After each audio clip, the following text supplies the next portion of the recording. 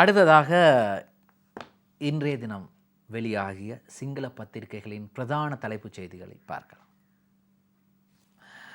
சரி, இன்றைய சிங்கள பத்திரிகைகளின் பிரதான தலைப்புச் செய்திகளை பார்க்க போகின்றோம். முதலாவதாக இன்றைய லங்காதீப பத்திரிகையின் பிரதான தலைப்புச் செய்தி என்ன சொல்கிறது என்று பார்க்கலாம்.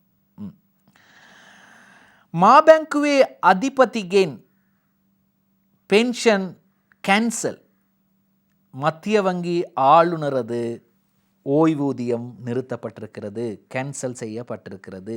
சரி, போலீஸ் பிரிசாக் சல்லினொதி ஓட்டலேன் கேம கெனின், இது ஒரு பெரிய அதிர்ச்சி செய்தியாக அதை போடுறாங்க.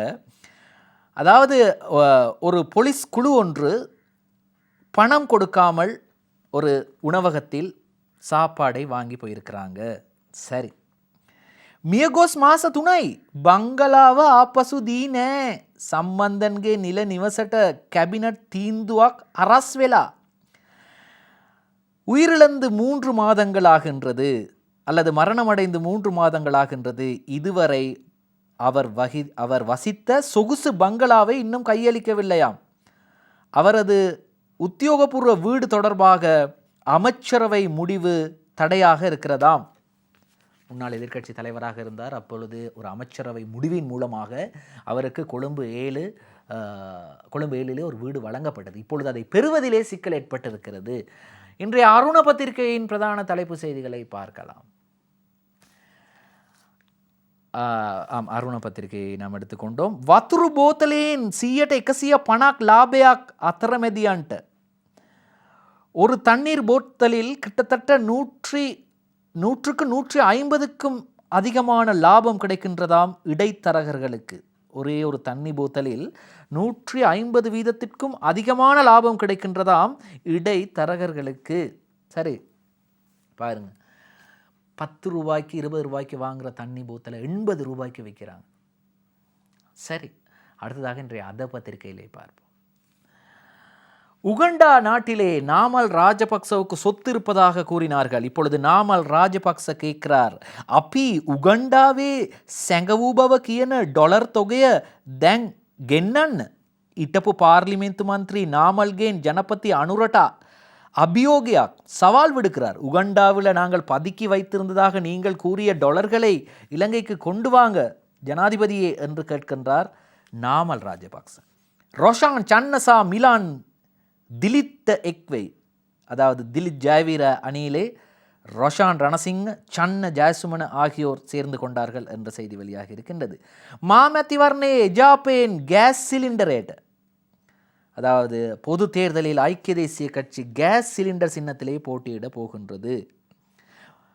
மாமத்திவர்ணேட்ட டக்ளஸ்கே இபிடிபி தனிவ தரங்க கராய்.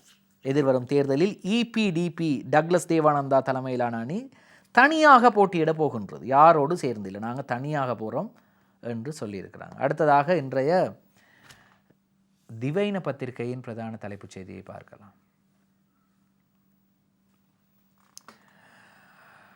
இஸ்ரேல்கேன் எல்லவோ மிசைல் பிரஹாரே என்ற செய்தியும் வெளியாக இருக்கின்றது. அதே போன்று இட்டப்பு ராஜ்ய அமத்திகே மல்லி அத்தலங்குடுவட்ட முன்னாள் ராஜாங்க அமைச்சரது தம்பி சகோதரர் கைது என்ற செய்தியும் திவைன பத்திரிகையிலே வெளியாக இருக்கிறது.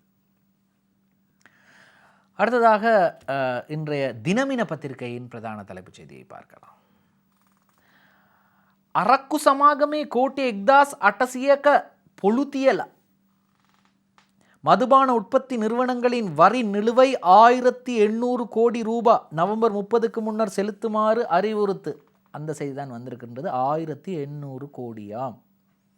எனக்கு ஒரு சின்ன சந்தேகம் இருக்கின்றது. இந்த மதுபானம் அருந்துறாங்க தானே, இன்றைய தினத்தையும் நாம் ஞாபகப்படுத்த வேண்டும்.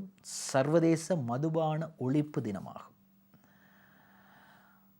நான் கேட்க வந்த கேள்வி, இவங்க கடனுக்கா வாங்குறாங்க, காசு நான் நாளைக்கு தாரேன் இல்லாட்டி நாளை மறுதினம் தாரேன்னு சொல்லி கடனுக்கா வாங்குறாங்க. அப்போ இந்த 1800 கோடி ரூபாய் வரி நிலுவை ஏன்? சரி, இன்றைய மௌபிம பத்திரிகையை பார்க்கலாம். இது உங்கள் அனைவருக்கும் தெரிந்த ஒரு முகம். லைக்கா ப்ரொடக்ஷனுடைய அல்லிராஜா சுபாஸ்கரன் பெதுனு உத்துரு එකතු කිරීමට අල්ලිරාජා වැඩට බහි විසිරුණු දෙමළ දේශපාලක පක්ෂ பொது சந்தானයට ගැනීමේ වෑයමක්. பிரிந்து கிடக்கக்கூடிய தமிழ் கட்சிகளை ஒன்றிணைக்க அல்லிராஜா களத்தில் இறங்கினார். அனைத்து கட்சிகளையும் ஒன்றிணைத்து பொது கட்டமைப்பொன்றை பொது கூட்டமைப்பொன்றை உருவாக்க முயற்சி. மாத்தலே மகாவில கேதவாச்சகைய பாசல் சிசுவேக்கு பொலு முகூர்வலின் கசா மரா தமாய். நேற்று சிறுவர் தினத்திலே மாணவர்களிடையே ஏற்பட்ட மோதலில் ஒரு மாணவரை அடித்து கொலை செய்திருக்கிறார்கள். இப்படியெல்லாம் சம்பவங்கள் இலங்கையில் நடக்குது. இன்றும் ஏராளமான செய்திகளை உங்களுக்கு ஸ்டார் தமிழின் நம் நாடு நிகழ்ச்சியிலே கொண்டு வந்தோம். இன்றும் தயாரிப்பில் கவின் சாந்த் உதவி இருந்தார். மற்றும் ஒரு ஸ்டார் தமிழின் நம் நாடு நிகழ்ச்சியில் உங்களை சந்திக்கும் வரை விடைபெறுவது பிரேம் ஆனந்த். வணக்கம்.